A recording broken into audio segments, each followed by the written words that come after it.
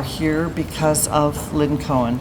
We're here because she is the inaugural winner of the Scotiabank Photography Award, because this is the first glimpse that anyone has had of this exhibition, which is part of the award. Lynne is, as those of you who, like me, are great admirers of her work, is interested in everything, in sites that some of us walk through every day and don't notice, in sites that some of us have never been in and should notice, in the human eye and the human hand at work without a human being actually in the frame.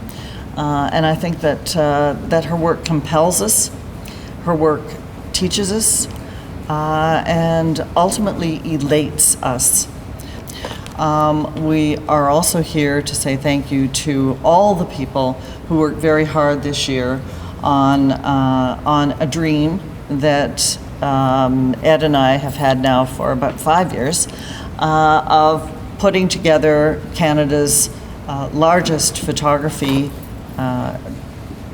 award. I'm very excited today because today marks the day in which that conversation from 5 years ago has come to fruition. So the three parts are now complete. The book, which again was to me the crown jewel of the prize, internationally published book by Steidl. And when Jane and I first talked about this idea, I think we were kicking it around at a dinner, and she asked me what I thought a good prize would be for Canada for photography. And I said, well, I noticed in my own career that there was a marked uptick once the internationally published book by Yale University Press that was called Manufactured Landscapes, and the show launched at the National Gallery in Ottawa, that moved my career to a different place. All of a sudden I was getting international attention. People were calling me from the United States, people were calling me from Europe.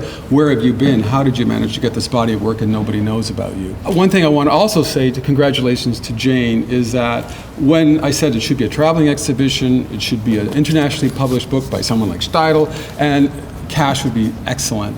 And all three have come through. It has not seen one bit of compromise. No intervention. It was always about facilitating those three things to make sure that they weren't compromised, that we got what we set out to do. And I think standing here today, and with all the important people, Amanda and Bar and everybody else who have been really putting their weight behind this prize, it's remarkable to see that we're standing today to show you and to speak and to celebrate the first fruition of this of the SPA award. Thank you, Jane. Thank you, Ed. Thanks, Scotiabank. Thanks to Bar and Amanda. Thank you to Andrew Lugg, who I wouldn't have been able to do this without him, my partner. And it's just an extraordinary honor to have this prize, to have been the first person to get the prize, a book, a prize, an exhibition. There's so many young and not so young talented artists out there who never get this kind of recognition. And I feel it's such a privilege to have had this recognition with the book, the exhibition, start to finish, and the cash, yes, and the cash, which I've never made that much in a normal job in my entire life. I just want to say a few things about my work, and perhaps people have other questions about my work. This is just a terrific opportunity for me to have all this work up as part of the Contact Festival, and for so many people to see this work together. This is an exhibition that's more like a retrospective, and it covers work from the 80s until last year. The picture on the Steidl book was the last picture I made that's in the book, that's called Untitled. They're all untitled with titles. It's called Untitled, parenthetically, Malevich. They used to have titles on my work that they were all either untitled, which seemed really pretentious, and then they were secret coded titles in parentheses, which ended up, they were really top secret, which ended up in every catalog I ever published all over the world. So I decided to take control of the title, the untitled title. And so now the untitled, the titles are under control, more or less. In any case, I just wanted to say that the pictures have no people in them. And somebody would ask you, well, why are there no people in these pictures? And my answer to that question is, where would I put them? Because I think they're really suggested. I think these pictures, I'd like to think they were full of human presence in their absence, that it's just before they came or just after they left or escaped. But mostly I wanted to say that a lot of time my work is talked about in sort of Michel Foucauldian terms. It's sort of like heavy-handed, psychological, like power, punishment. But in fact, I'd like to think that there's much more humor in my work than Michel Foucault would ever want to see. I think my work is much closer to the cinema of Jacques Tati than it is to Michel Foucault's prisons. I mean, I'd like to think that. What else I wanted to say is that I do find these pictures sometimes that early on I would find them in window peeping. Now, a few times that was quite dangerous to be window peeping and driving around in Des Moines, Iowa.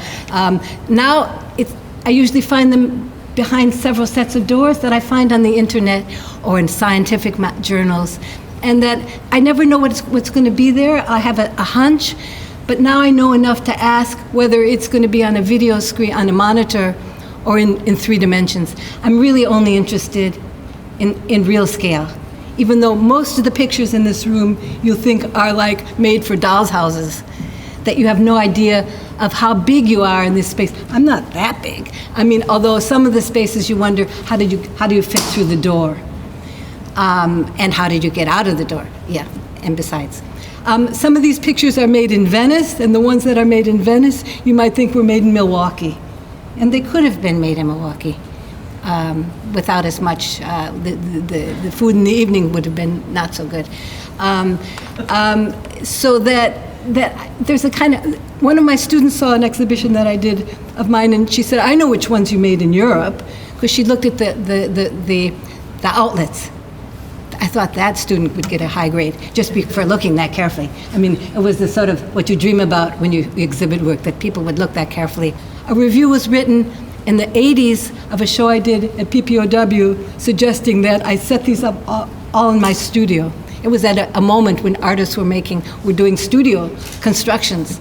Well, I mean, I could have, I didn't. I mean, it would have been much less interesting. My life would have been much less interesting to be depressed alone by myself in my studio cutting cardboard up. So I've had a much more exciting life being out in the world. Even though one of my pictures of a laboratory, a sound studio, looks more like a Thomas Demand than a Thomas Demand looks like a Thomas Demand. And in fact, his looks more real. Mine looks fake. If you put the 2 pictures of the acoustics labs together, his looks real, mine looks fake. So explain that. Except that all that explains is something about the nature of photography.